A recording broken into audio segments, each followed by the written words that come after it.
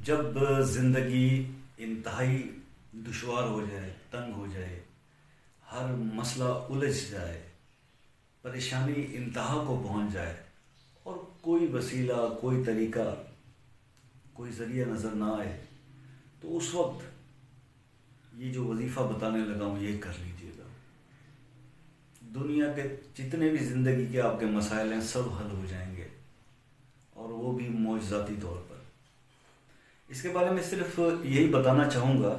کہ یہ وہ عمل ہے، یہ وہ وظیفہ ہے، یہ وہ لفظ ہے کہ جس وقت غزوہ خندق کا موقع تھا، جنگ خندق کے وقت میں جب مسلمان خندق کھود رہے تھے، اور یہ اس موقع پہ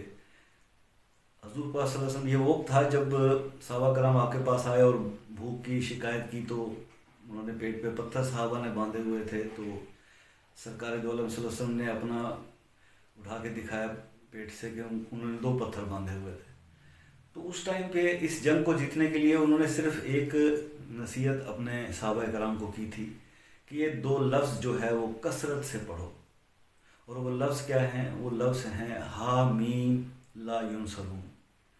دیکھیے، حامیم کا ذکر قرآن پاک میں بارہا آیا، اور ایک سورت کا نام بھی حامیم سے ہے، اور کئی سورتوں کے آغاز میں حامیم جو ہے وہ استعمال ہوا، یوز ہوا، بار بار آیا۔ تو لیکن حامیم لا ینصرون اکٹھا قرآن میں نہیں آیا، یہ حدیث میں ضرور اس کا ذکر ہے۔ تو ہم یہ کہتے ہیں کہ اس وقت جنگ خندق کی جیتنے کے لیے جو عمل سرکار دو عالم نے بتا دیا، تو ہم تو حدیث کے ماننے والے اور سنتوں پہ عمل کرنے والے لوگ ہیں۔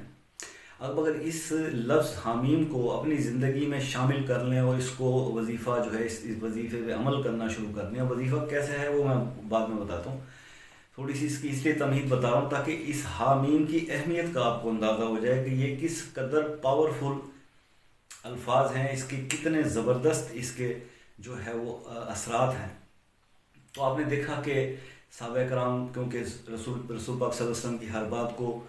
فالو کرتے تھے اور حکم پہ عمل کرتے تھے، تو انہوں نے اس کو کثرت سے اس کا ورد کیا، اور آپ سب نے دیکھا، تاریخ گواہ ہے کہ جنگ خندق جو ہے وہ جیت لی گئی، اور اللہ کی مدد جو ہے، نصرت جو ہے اس حامیم لا ینصرون کے ساتھ ان تک پہنچی اور فتح مندی نصیب ہوئی۔ تو اب یہ ہم اس پہ آ جاتے ہیں کہ اگر آپ کے ساتھ کچھ مسائل ہیں زندگی میں، مسائل سے مراد یہ ہے کہ اکثر ہمیں جو مسائل درپیش ہوتے ہیں وہ رزق کی بندش ہے، رزق میں برکت نہیں ہے،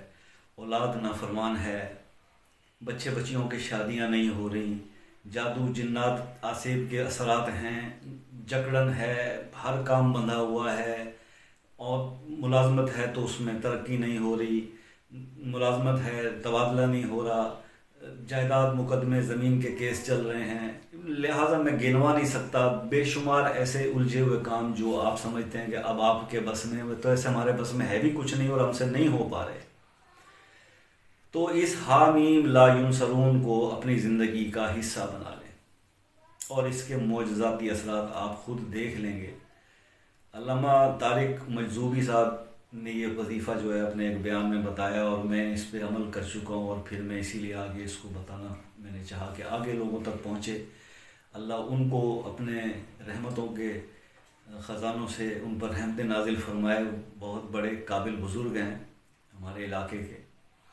تو کہنے کا مقصد یہ ہے کہ انہوں نے یہ بتایا تھا کہ حامیم لا ینصرون کو اٹھتے بیٹھتے پڑھیں،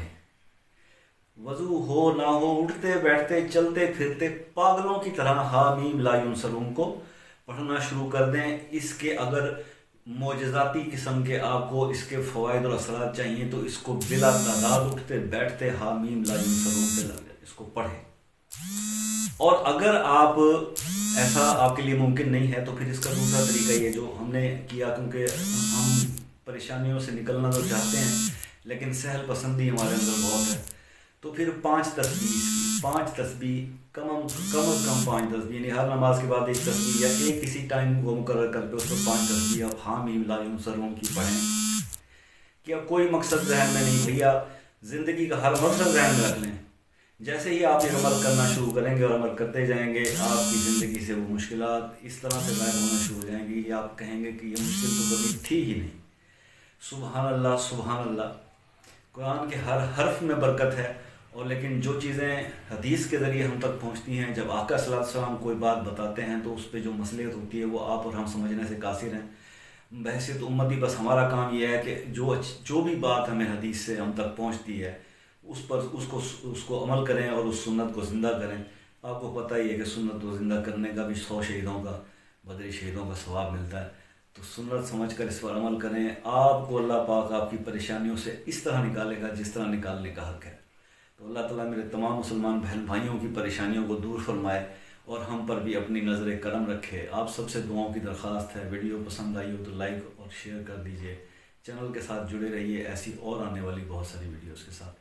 تب تک کے لیے اللہ حافظ، السلام علیکم ورحمۃ اللہ وبرکاتہ۔